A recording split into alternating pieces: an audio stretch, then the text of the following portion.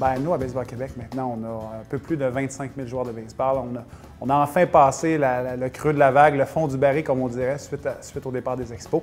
Donc, on est rendu un petit peu plus de 25 000 joueurs un peu partout au Québec.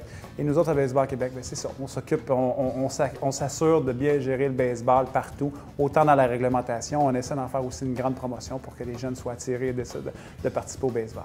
Bien, les événements marquants, je ne peux pas passer sous silence le 28 et le 29 mars, le retour du baseball majeur. Pour nous, ça a été extraordinaire. On l'a vu d'ailleurs, c'était dans la période d'inscription et on l'a vu là, dans l'instant d'un mois, le nombre de jeunes qui ont décidé d'appeler dans les associations. Donc, de revoir le baseball majeur accessible pour les jeunes et surtout pour probablement la moitié des jeunes de nos associations qui n'avaient jamais vu le baseball majeur, c'est sûr que c'est le moment marquant de l'année. Et là, d'entendre parler encore du retour du baseball majeur a un impact très positif pour nous. Alors, je dirais le moment magique, c'est vraiment ça. Bien, on pourrait parler des joueurs professionnels comme Éric Gagné ou comme Russell Martin, mais je pense aussi qu'on peut se permettre de penser à des gens un peu moins connus comme Martin Lavigne, mais qui aujourd'hui est quand même président de la Banque nationale.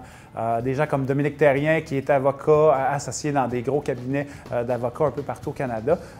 Donc, je pense que le baseball, le sport en général est une super formation. On est vraiment fiers quand on a des gars qui jouent dans les ligues majeures, comme Philippe Aumont présentement, mais on a aussi comme rôle, nous, dans le sport amateur, de former des bons citoyens pour le futur.